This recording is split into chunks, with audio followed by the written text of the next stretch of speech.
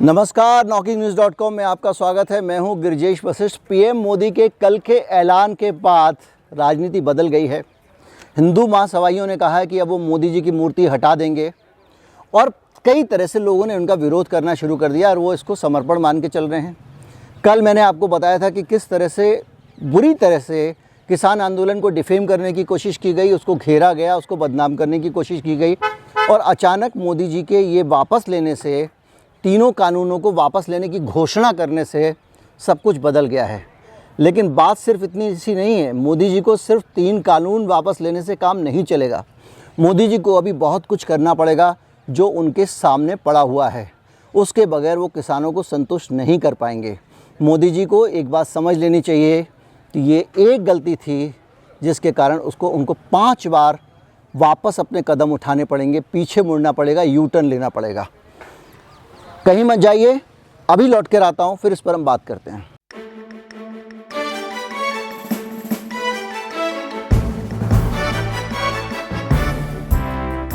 अगर आपने चैनल को सब्सक्राइब नहीं किया है तो सब्सक्राइब कर लें। हमारा यूपीआई आईडी नीचे डिस्क्रिप्शन में है, उसके ज़रिए आप हमारे चैनल को भुगतान करके सपोर्ट कर सकते हैं। बहुत सारे लोग सपोर्ट कर रहे हैं।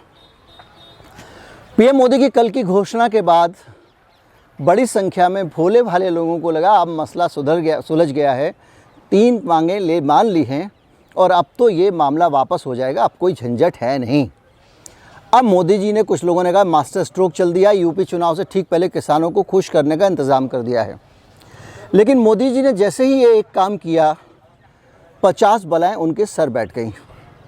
मैं चंबल इलाके का रहने वाला हूँ और यहाँ पर एक बड़ी मशहूर कहावत है कि एक जगह पर सड़क पे कहीं कुछ गोबर जैसी चीज़ पड़ी हुई थी और किसी ने कहा कि भाई ये गोबर है।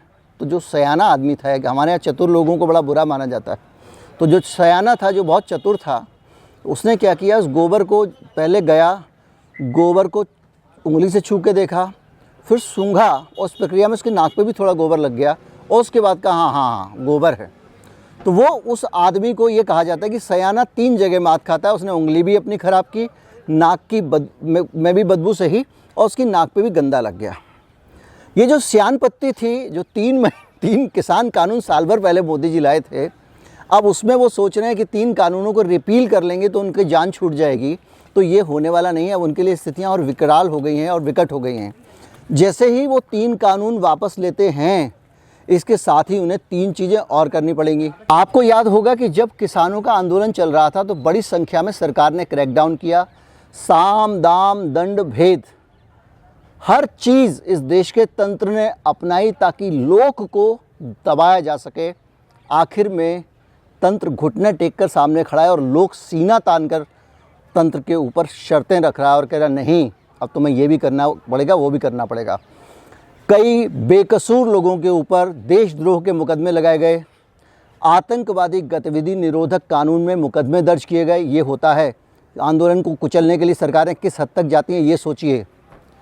आपको याद होगा कि उस वक़्त एक बहाना बनाया गया था, एक बात कही गई थी और कहा गया था कि ये एक टूल किट आई है जिसके ज़रिए लोग इस देश में विदेशी षड्यंत्र के साथ में स्टेबलाइज करने में लगे हुए हैं। आपको याद होगा नागरिकों के खिलाफ सरकारी सेनाओं को, सरकारी जो लोग हैं, पुलिस वाले हैं, उनको किस तरह भड़काया जा रहा है। मैंने आपको डोभाल साहब का इंटरव्यू भी बताया था। और इसी कड़ी में दिशा रवि जैसी एक पर्यावरण विशेषज्ञ ने गलती से किसान आंदोलन के समर्थन में एक ट्वीट कर दिया था, तो उनके ऊपर भी यूएपीए में मुकदमे दर्ज हो गए थे। ऐसे मुकदमे जिनके लिए कोर्ट में भी सरकार को झाड़ पड़ी। लेकिन सिर्फ दिशा रवि अकेली नहीं थी, सैकड़ों मुकदमे इस देश में हैं। वो सारे के सारे मुकदमे अब मोदी जी को इसके बाद वापस लेने पड़ेंगे। बहुत सारे बुद्धिजीवी, कलाकार जो इस बार जो बाकायदा न्याय की, देखिए एक चीज़ मैं आपको बताना चाहता हूँ, हर चीज़ राजनीति नहीं होती है। अगर आप लोक की बात करें, जैसे मैं लोक की बात करता हूँ, तंत्र के खिलाफ बात करता हूँ, मैं तंत्र से लोगों की रक्षा करने की बात करता हूँ, तो एक चीज़ बार बार आती है कि हम जो है वो शायद सरकार के ख़िलाफ़ हैं। हम सरकार के ख़िलाफ़ नहीं, हम हर सरकार में जब भी तंत्र लोग को कुचलने की कोशिश करेगा, हम ये सवाल उठाएंगे। तो इसी तरह के बहुत सारे लोग किसान आंदोलन को समर्थन करने गए, उनमें से एक मैं भी था। और उन लोगों ने जाकर वहाँ कायदा धरनों में, दूसरी चीज़ों में हिस्सा लिया और जहाँ जहाँ जिस जिस फोरम पे वो जन जागृति कर सकते थे उन्होंने आंदोलन के लिए की। बहुत सारे लोगों ने दिन रात काम किया। इन लोगों से चिढ़कर सरकार ने इनको झूठे मुकदमों में फंसाया। अब जो सैकड़ों मुकदमे हुए हैं, जिसमें कई किसानों के ऊपर मुकदमे हैं, किसी पे देशद्रोह का मुकदमा है, वो सारे के सारे मुकदमे भी सरकार को वापस लेने पड़ेंगे। यानी एक यू टर्न लिया, लेकिन उसका साथ में दूसरा यू टर्न भी उनको लेना ही पड़ेगा। उनके पास कोई दूसरा रास्ता नहीं बचा है। तीसरी चीज़ ये है कि जो बेहद अपमानजनक और लज्जाजनक स्थिति सरकार की बन गई है, और मुझे लगता है कि सरकार ने अगर कोई बैक चैनल डिप्लोमेसी किसानों के साथ में डेवलप की होती, मोदी जी खुद ही फैसले नहीं कर रहे होते, अपने कैबिनेट के मिनिस्टर दूसरे लोगों को कॉन्फिडेंस में लिया होता, तो मोदी जी की बात रखने के लिए इतने दिनों में किसान नेताओं को बहुत अच्छी तरह से मना लिया गया होता कि हम कानून वापस ले रहे हैं, आप आंदोलन वापस ले लीजिए, हम बाकी की चीज़ें भी आपको कर देंगे। लेकिन जैसा कि पी चिदम्बरम ने आरोप लगाया है कि ये वो सरकार है जिसके फैसले सरकार नहीं करती है, जिसमें कैबिनेट में आने से पहले कानून पास भी हो जाता है और कैबिनेट में आने से पहले कानून वापस भी हो जाता है, यानी एक ही आदमी की मर्ज़ी से चलता है।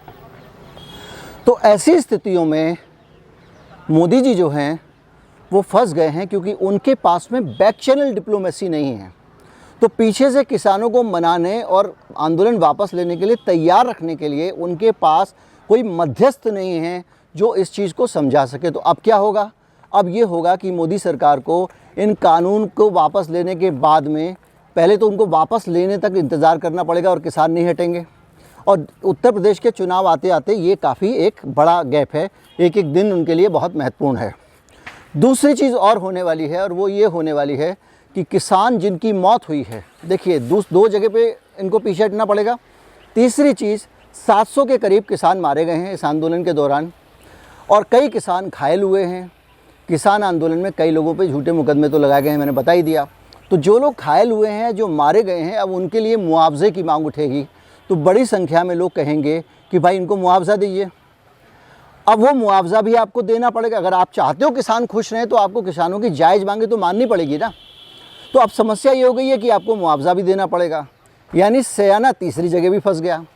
और ये सारी चीज़ें करने के बाद भी आप अगर कुछ पा रहे हैं, मान लिए कुछ किसान आपके साथ हो भी जाएंगे, कुछ किसान आपको मान भी लेंगे कि आप भले हैं, तो आपके जो कट्टर समर्थक हैं, जो किसानों से आप ही के कैंपेन के कारण उनको आंदोलनजीवी समझने लगे थे, उनको टूल किट समझने लगे थे, उनको खालिस्तानी समझने लगे थे, उनको देश का दुश्मन समझने लगे थे, और कृषि बिल को एक रिफॉर्म की बात कहते थे, कि वो कहते थे कि ये कृषि बिल जो है एक सुधारवादी व्यवस्था है, वो सब लोग आपसे छिटक जाएंगे। यानी एक हाथ से आप कुछ हासिल करेंगे, दूसरे हाथ से आपको खोना पड़ेगा। तो कुछ सारी चीज़ें अगर मिलाएं तो मोदी जी ने एक फ़ैसला लेकर बहुत सारी पराजय अपने गले में डाल ली हैं। मैं इसको पराजय के तौर पे देखने के बजाय ये देखना चाहूँगा कि ठीक है, सत्ता ने गलती की, सत्ता बहुत अड़ियल थी, सत्ता ने ज़िद की, लेकिन सत्ता को मात खानी पड़ी, सत्ता को झुकना पड़ा। आज जब सत्ता झुक गई है तो उसके झुकने का भी सम्मान होना चाहिए, क्योंकि लोकतंत्र में असहमतियाँ चलती रहती हैं, लेकिन जब कोई सहमत हो जाता है तो वो दुश्मन नहीं होता है। तो कुल मिला के जो लोग ये कह रहे हैं कि उन्होंने नाक रगड़ी, ये किया वो किया, वो ठीक है, वो अच्छी बात है, वो जीत के प्रतीक के तौर पे देखना चाहिए उसको। लेकिन इसका मतलब ये नहीं है कि उन्होंने अगर किसी जगह पे कोई ऐसा काम कर दिया तो कोई गुनाह कर दिया।